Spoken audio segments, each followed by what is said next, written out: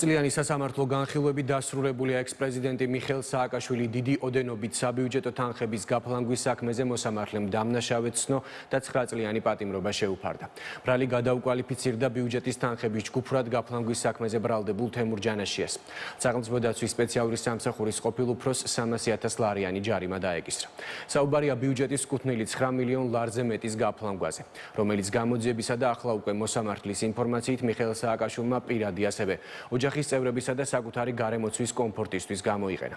მათ შორისაა სხვადასხვა გამაჯანსაღებელი პროცედურებისთვის, სტილისტებისა და მასაჟისტების მომსახურებისთვის, ასევე სხვადასხვა ქვეყანაში მოგზაურობისა და საჩუქრების შესაძენად საჭირო ხარჯები. დღევანდელი განაჩენით ქვეყნის მესამე პრეზიდენტს, რომელიც გადაწყვეტილებას პოლიტიკურად მოტივირებულს უწოდებს, პატიმრობაში ყოფნა 2030 წლამდე მოუწევს. მიხეილ სააკაშვილი ცნობილი ხნის დამნაშავედ საქართველოს სისხლის სამართლის კოდექსის 182 მუხლის მეორე ნაწილის D ქვეპუნქტითა და მესამე ნაწილის B ქვეპუნქტით გათვალისწინებული დანაშაულის ჩადენისათვის და სასჯელის სახელდასვამად განესაზღვროს 9 წლით თავისუფლების აღკვეთა.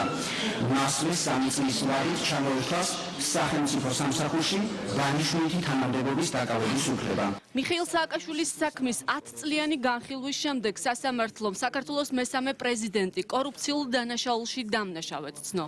თბილისის საქალაქო სასამართლოს მოსამართლემ ბადრი კოჭლამაზაშვილმა დაადგინა, რომ სახელმწიფო ბიუჯეტის თანხები 9 მილიონ 24,367 ლარი სააკაშვილმა გაფლანგა და ის პირადი, ოჯახის წევრების და გარემოცვის კომფორტისათვის გამოიყენა. მოსამართლემ დაადგინა, რომ აღნიშნული თანხების დახარჯვა არ მომხდარა სახელმწიფო ინტერესებიდან გამომდინარე. როდესაც საქმეში წარმოდგენილია ასეულობით 1000 ლარის ხარჯი კოსმეტოლოგიური მომსახურების თაობაზე, რომელიც ჩატარებულია საზღვარგარეთის წამყვან კლინიკებში. მე გავგულისხმობ მხოლოდ მეუღლესა და შვილებს, რომლებზედაც მილიონზე მეტი ლარია დახარჯული საქართველოს ბიუჯეტიდან, მაგრამ მე ვგულისხმობ ამ შემთხვევაში მაგალითად დედას, ბებიას, ბიძას და ასე შემდეგ, რომელთა მომსახურებაზე, მაგალითად, მათთვის ავიაბილეთების შეძენა, მათი სასტუმროს მომსახურება, რომელიც საქართველოს ბიუჯეტს დაუჭდა რამდენიმე 10,000 ლარი. ასევე საქმეში წარმოდგენილია მაგალითად იმდროინდელი პრეზიდენტის შვილების სწავლების საფასურის გადახდის დამადასტურებელი დოკუმენტაცია, რომელიც საქართველოს ბიუჯეტს დაუჭდა 60,000 ლარამდე.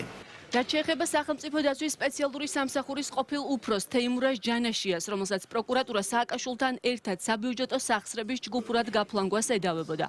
მოსამართლემ ჯანაშიას ქმედება ჯგუფურ გაფლანგვად არ შეაფასა. საქმიდან ჯგუფურობა ამორიცხა, მისი ქმედება სამსახურებრივი მდგომარეობის ბოროტად გამოყენებად გადააკვალიფიცირა და 300,000 ლარიანი ჯარიმა დააკისრა.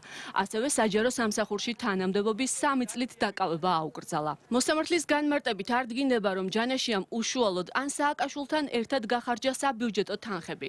თუმცა მოსამართლის განმარტებით ჯანაშია პასუხისმგებელი იყო მისი უწყებიდან ბიუჯეტის თანხების მიზნობრივ ხარჯვაზე. მან კი თავისი მდგომარეობა გამოიყენა და იმოქმედა სააკაშვილისათვის გამორჩენის მიღების ინტერესებით. საკუთარი განაჩენის გამოცხადებას არც ერთი ბრალდებული არ დასწრებია. ადვოკატის თქმით, ჯანაშიას კომენტარის გაკეთება არ სურს. სააკაშვილი, რომელმაც ჯანმრთელობის პრობლემის გამო განაჩენის გამოცხადების გადადება ჯერ კიდევ გუშინ მოითხოვა, დღეს 9 წლიანი პატიმრობის გადაწყვეტილებას სოციალური ქსელით გამოეხმაურა.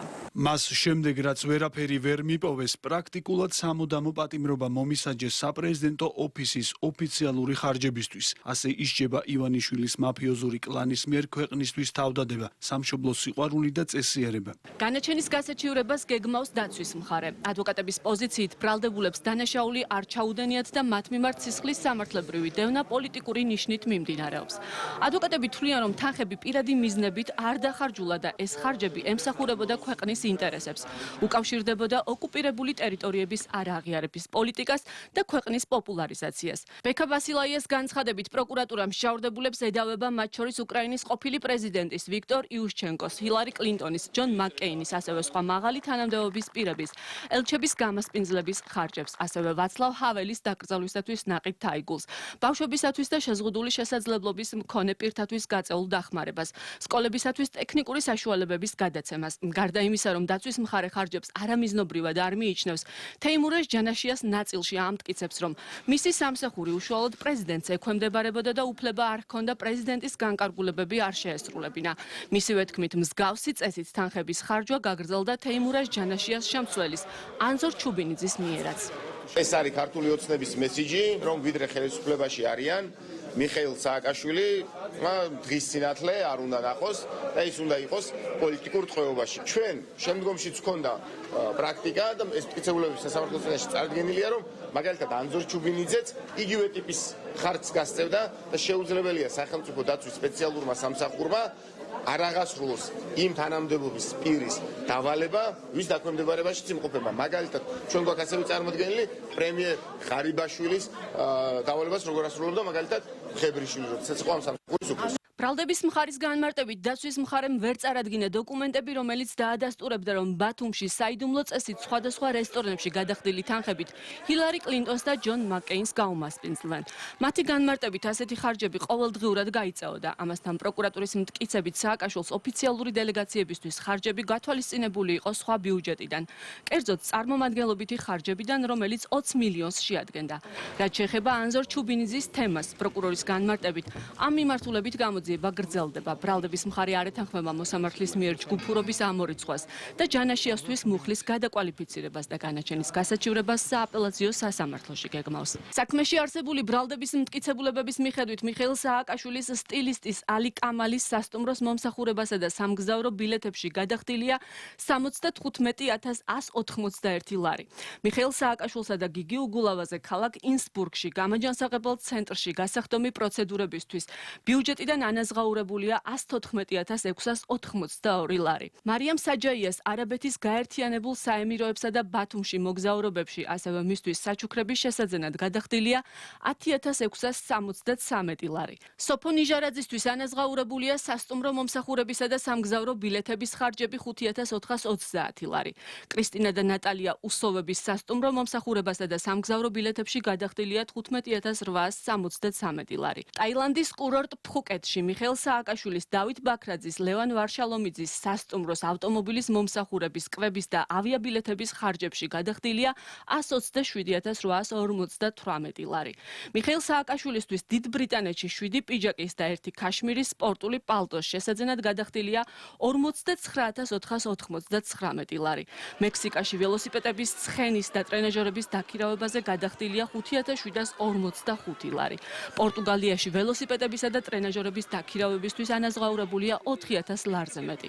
გიული ალასანიასთვის ქობულეთის სასტუმროში გადახდილია 3,278 ლარი, ხოლო პოლონეთის სასტუმროებში 1,422 ლარი. ედუარდ სააკაშვილისთვის გივი ზალდასტანიშვილის სახელობის ამერიკულ აკადემიაში სწავლისთვის გადახდილია 51,100 ლარი, ხოლო ნიკოლოზ სააკაშვილის ბრიტანულ ქართულ აკადემიაში სწავლებაზე გაწეულია ხარჯი 5,900 ლარი.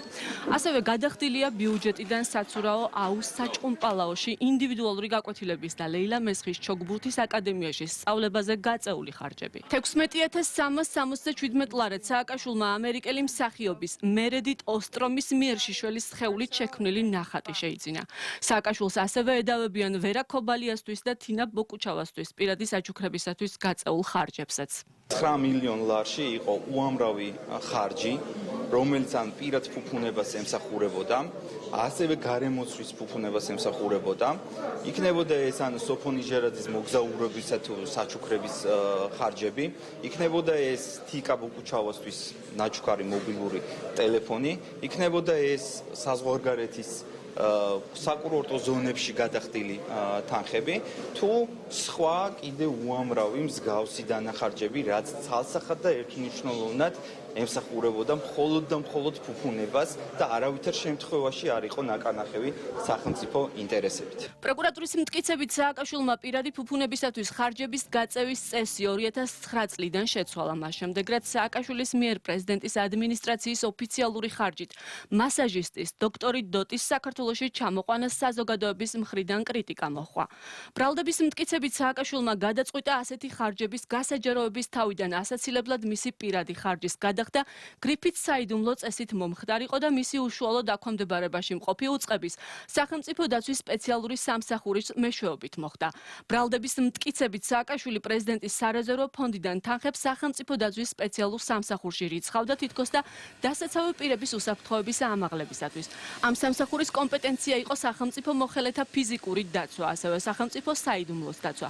შესაბამისად ამ სამსახურის უფლებამოსილებაში შედიოდა ფარული ხარჯის გაწევა. ბრალდების პოზიციით სწორედ ამიტომ შეირჩა ეს სამსახური, რომ ხარჯები არ გასაჯაროვებულიყო. გრიფით საიდუმლო განკარგულებებით სააკაშვილმა სახელმწიფო დაცვის სპეციალურ სამსახურში 2009-2012 წლებში სარეზერვო ფონდიდან 4.920.000 ლარი გადარიცხა. მიზნობრიობად კი დასაცავი პირების უსაფრთხოების ამაღლება მიუთითა. სააკაშვილისთვის ეს მესამე გამამტყუნებელი განაჩენია. იგი სასჯელს ვალერი გელაშვილის ცემის ორგანიზებისთვის, ასევე გირგლიანის მკვლელების შეწყალებისთვის იხდის. საზღვრის უკანონო კვეთის და 7 ნოემბრის დარბევის საქმეზე განაჩენები ჯერ არ დამდგარა. ყოფილი პრეზიდენტი პატიმრობაში 2021 წლის 1 ოქტომბრიდან იმყოფება.